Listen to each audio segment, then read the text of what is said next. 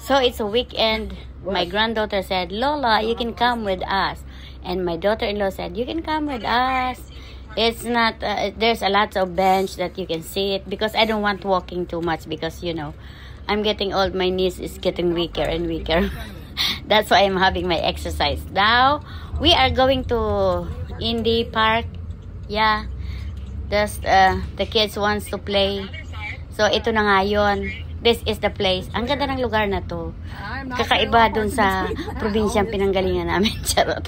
Taka-probinsya. Siguro mga 20 minutes from our place, this one. Or 30. No. It's actually 35 to 40 minutes. This is the coffee shop. Oh, you can see the lavender flowers. There's a lot of lavender flowers. And this is the coffee shop. So, yung mga paligid ay napakaganda ng mga bulaklak. Ayan. At sa susunod na buwan ay mag-uumpisa na ang autumn.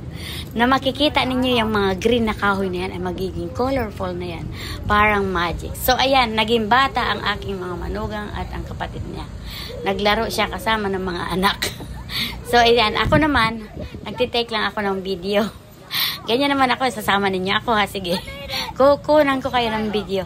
Wala kayong kaligtas-ligtas. Kasi most of the time, I don't go with them because I know they walk. And this weather is very, very hot. Really hot. And hindi man nga kami nakaikot sa buong place. Kasi nainita na ang mga Amerikana. Nainita na mga Amerikana. Sabi nila, kain muna tayo. Parang wala pa kami isang oras sa park. Kain ulit. Kain na agad.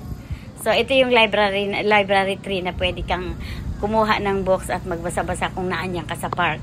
Maganda yung park. Hindi nga namin naikot all around. Diyan lang kami sa lugar na yan. Kasi, Diyos ko, sobra. 89 degrees yata yan. Ang init. Diyos ko, kahit na ano ka naman.